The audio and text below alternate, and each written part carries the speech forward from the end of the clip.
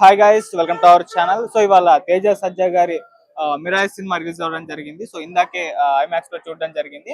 Cinema అయితే నా opinion చాలా బాగుంది. నాకైతే చాలా బాగా నచ్చింది. ఇక సినిమా పైన నాకు ఏమనిపించిందో నా ఒపీనియన్ ఒకసారి తెలియజేస్తాను. ఈ సినిమా గురించి మాట్లాడే ముందు ఈ సినిమాలోని మంచు మనోజ్ గారి పాత్ర గురించి ఒకసారి మాట్లాడుకుందాం. అంటే మంచు మనోజ్ గారి పాత్ర డిజైన్ అయితే చాలా అద్భుతంగా చేశారు. అంటే మనోజ్ గారి పాత్రకు సంబంధించి ఆ అంటే నేపథ్యం కానివ్వండి, లేకుంటే తనకున్న లక్ష్యం కానివ్వండి, రెండు కూడా అద్భుతంగా చూపించారు.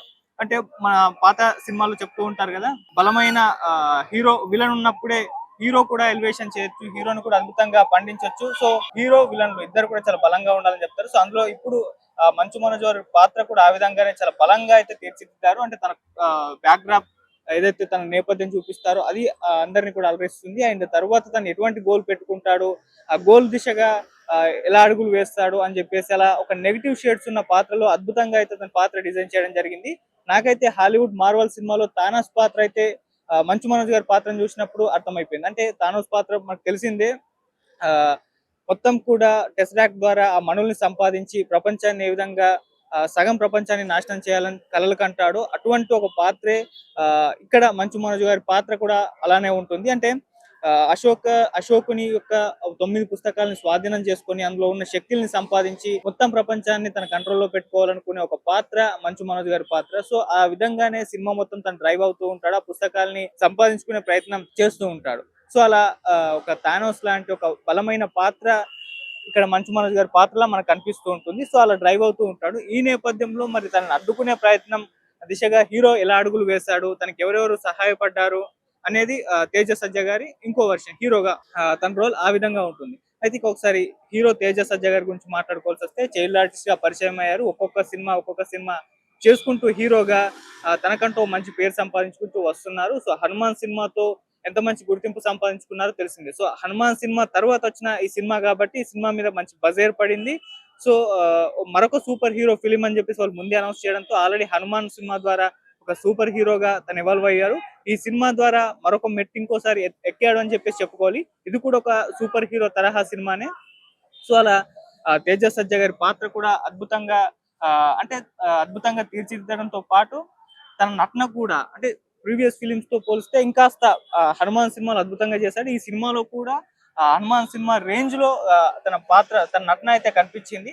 ఆ రకంగా అటు తేజ సజ్జా గారు కూడా తన నటన పరంగా మరొక మెట్టెక్కించిన సినిమాగా అయితే చెప్పుకోవాలి. సో పాత్రల డిజైన్ అయితే అటు మంచు మనోజ్ గారి పాత్ర కావచ్చు, లేకుంటే తేజ సజ్జా గారి పాత్ర డిజైన్ కావచ్చు, చాలా అద్భుతంగా చేశారు. సో ఇలా హీరో విలన్ల మధ్య పోరు ద్వారా సినిమా డ్రైవ్ అవుతుంటుంది. పుస్తకాలు సంపాదించుకునే పనిలో మంచు మనోజ్ ఉంటారు, దాన్ని అడ్డుకునే ప్రయత్నంలో తేజ సజ్జా ఉంటాడు. అయితే తేజ సజ్జా హీరో పాత్ర దాన్ని ఏ విధంగా అడ్డుకుంటుంది, ఈ నేపథ్యంలో అతనికి ఎవరెవరు సహాయం చేశారు, సో ఎలా అడ్డుకున్నాడు, దీనికి అటు రామాయణానికి మధ్య రిలేషన్ ఏంటి, సంబంధం ఏంటి అని చెప్పేసి ఇంకోటి ఇక్కడ మిరాయ్ అనే టైటిల్ పెట్టారు కదా, దీని గురించి ఒకసారి మాట్లాడుతాం. మిరాయ్ అంటే ముందు జపానీస్ లాంగ్వేజ్ లో చెప్పారు, హోప్ ఫర్ ద ఫ్యూచర్ అని చెప్పుకోవాలి. అంటే భవిష్యత్తు కొరకు ఒక ఆశ అని చెప్పేసి ఆ సినిమా టైటిల్. ఇక్కడ ఈ సినిమాలో మిరాయ్ అని ఒక వెపన్ ఉంటుంది, అది వెపన్ ఏంటి, సో దాని ద్వారా తేజ సజ్జ ఎలా విలన్ ఎదుర్కొన్నాడు అనేది అది స్టోరీ. సో ఇలా ఇద్దరి పాత్రల డిజైన్, వాళ్ళ నడిపిన తీరు అద్భుతంగా అయితే నడిచింది. ఈ మధ్యలో శ్రేయ గారి పాత్ర, జగపతి బాబు గారి పాత్ర అండ్ హీరోయిన్ రితికా పాత్రలు ఏ విధంగా హీరో పాత్రను డ్రైవ్ చేశాయని చూపిస్తారు. అలాగే శ్రేయ గారి పాత్ర అయితే చాలా అద్భుతంగా కూడా అంటే చాలా రోజుల తర్వాత మంచి కంబ్యాక్ ఇచ్చారని చెప్పుకోవాలి శ్రేయ గారు. సో అలా హీరోకి ఒక దిక్సూచి లాగా ఆ పాత్ర అయితే ఉంటుంది. సో మదర్ రోల్ తో పాటు ఇంకో మంచి సీన్స్, మంచి సన్నివేశాలు కూడా శ్రేయ గారికి పడ్డాయి. సో ఈ సినిమా ద్వారా ఒక మంచి కంబ్యాక్ అయితే ఇవ్వడం జరిగింది. అలా మిరాయి సినిమా అయితే చాలా బాగా డ్రైవ్ చేయడం జరిగింది చివరి వరకు కూడా. అయితే ఈ సినిమాలో ఇంకా టెక్నికల్ విషయానికి వచ్చేసరికి విఎఫ్ఎక్స్ అయితే చాలా అద్భుతంగా తీయడం జరిగింది. సినిమాకు 50 నుంచి 60 కోట్లు ఖర్చు పెట్టారని చెప్పేసి చెప్పారు. సో ఈ బడ్జెట్ లో ఇంత మంచి విఎఫ్ఎక్స్, థియేటర్ ఎక్స్పీరియన్స్ అయితే అద్భుతంగా అనిపించాయి.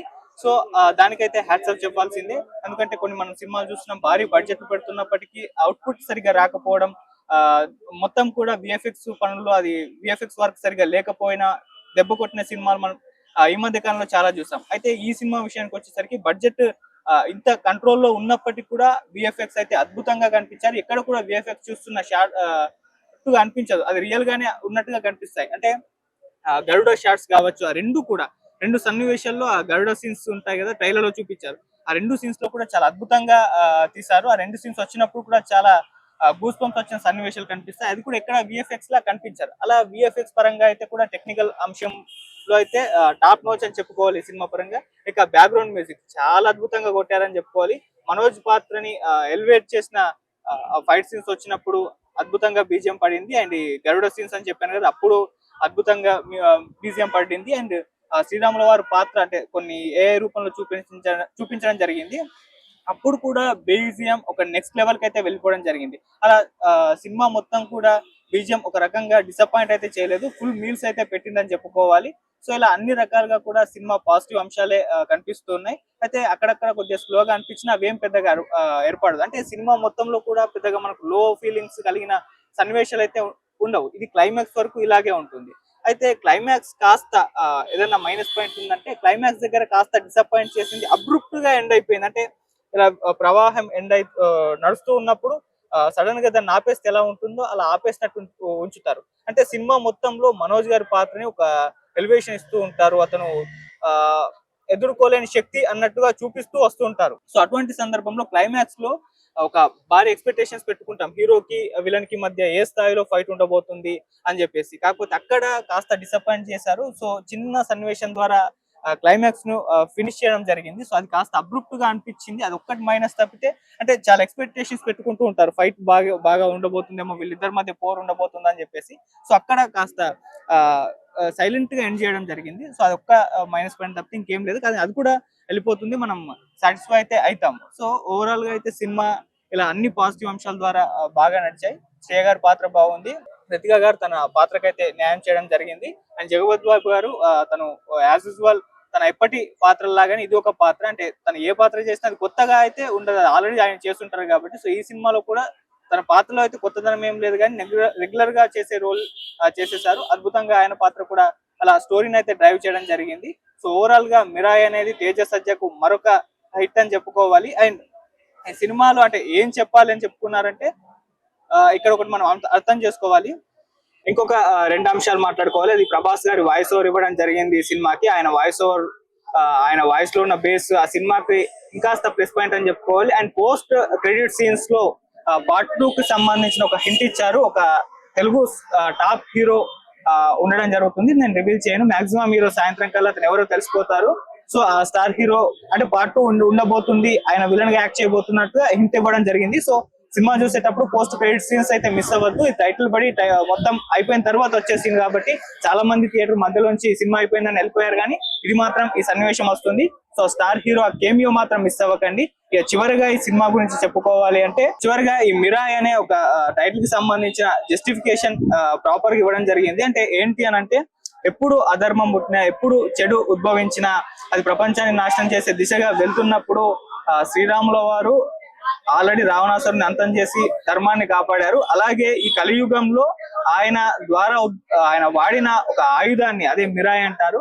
సో ఆయుధం ద్వారా ఎలా ఆ చెడుని ఎదుర్కొన్నారో, హీరో ఎలా అధర్మాన్ని అంతం చేశారు అనేది కథ.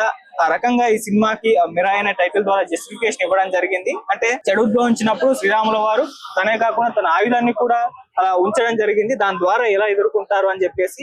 సో ఆ రకంగా సినిమా మంచి పాజిటివ్ రెస్పాన్స్ కూడా రావడం జరిగింది. సో సినిమా ఓవరాల్ గా అటు బీజిఎం టెక్నికల్ అంశాల పరంగా, నటీనటుల పర్ఫార్మెన్స్ పరంగా, సినిమాలో క్యారెక్టర్ డిజైన్స్ పరంగా అద్భుతంగా అయితే పండించారు. అటు విఎఫ్ఎక్స్ కూడా అద్భుతంగా ఉంది, బీజిఎం అద్భుతంగా ఉంది.